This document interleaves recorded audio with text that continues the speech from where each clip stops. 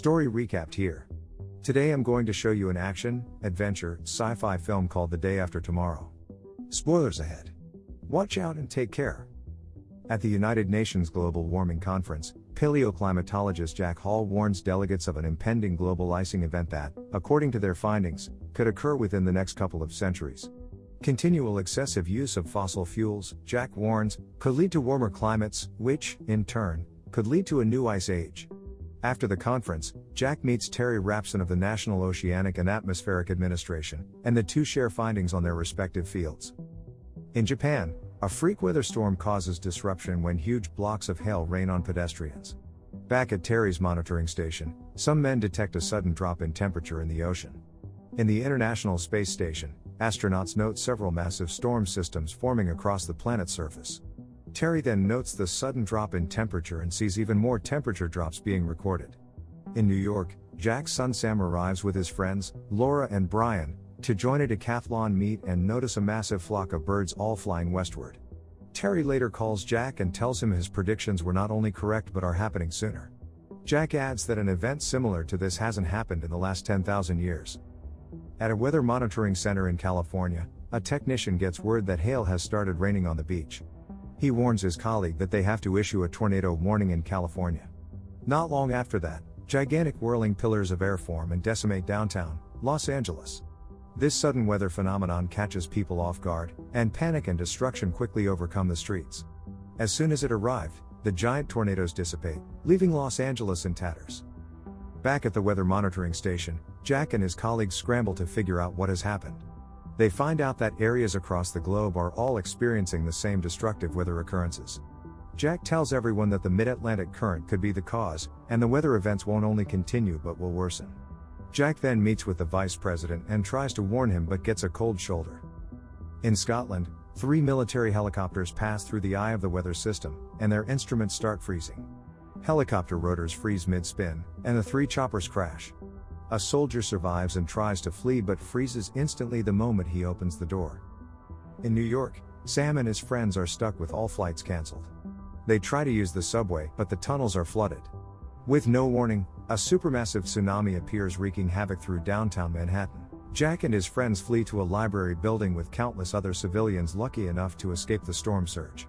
Terry and Jack communicate and learn that the freezing air that brought down the helicopters is from the upper atmosphere. Usually, this air would warm up as it descends, but the weather systems are causing the air to move down too fast, freezing everything on the surface.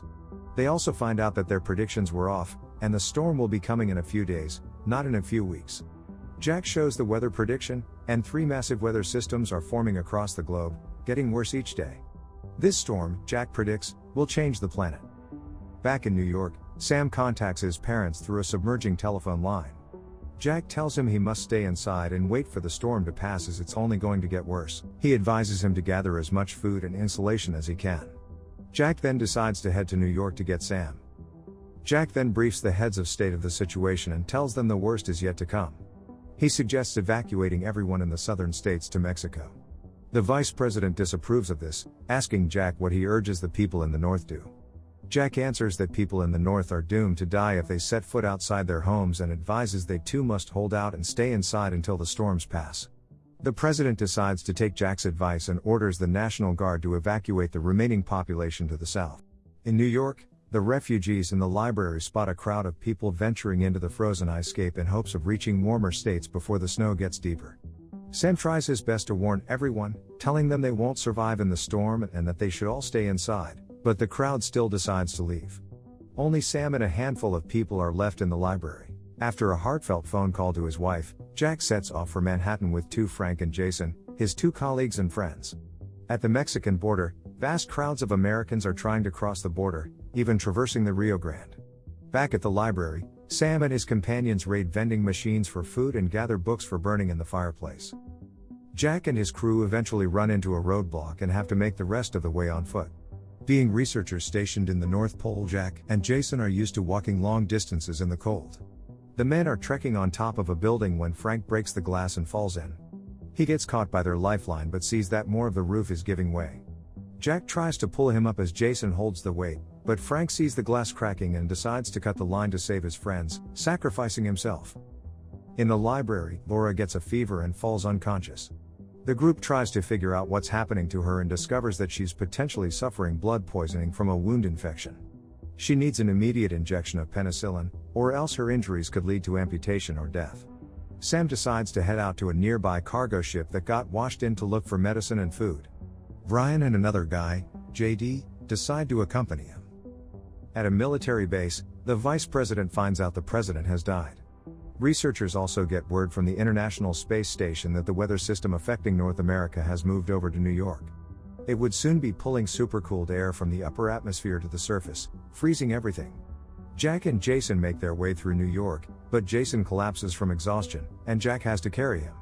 In the library, the trio also heads out to the grounded cargo ship, unknowingly putting themselves in harm's way when a hungry pack of wolves catches their scent.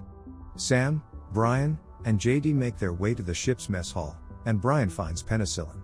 As they rummage through the kitchen, the wolves come in and attack JD. Brian and Sam fight the wolves and save JD but get stranded inside the mess hall.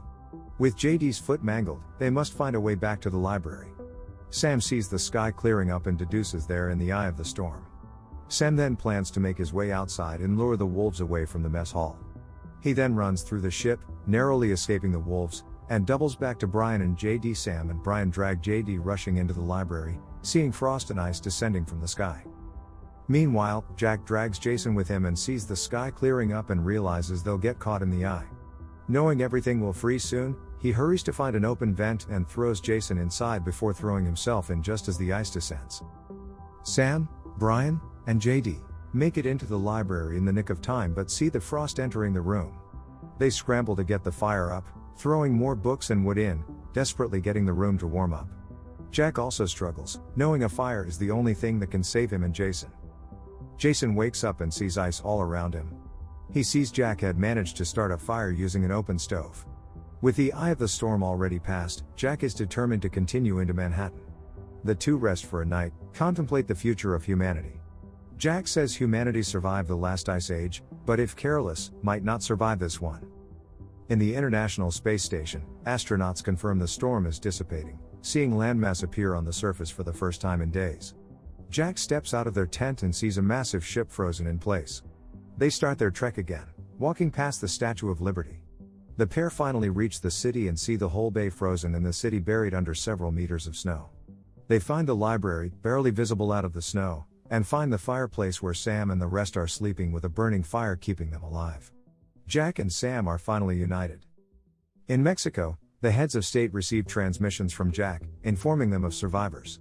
The president then addresses the nation, telling the country that survivors have been found in New York despite tremendous adversity. A vast search and rescue operation is underway to retrieve anyone stranded in the northern states. Helicopters finally reach Jack and the group, and they fly south. As they pass through Manhattan, they see more surviving pockets of populations on rooftops awaiting rescue. In the International Space Station, an astronaut looks down upon the changing planet, remarking the sky is the clearest he's ever seen. Subscribe to watch more videos like this. Turn on notifications. And leave a like, it really helps the channel out. Thank you for watching.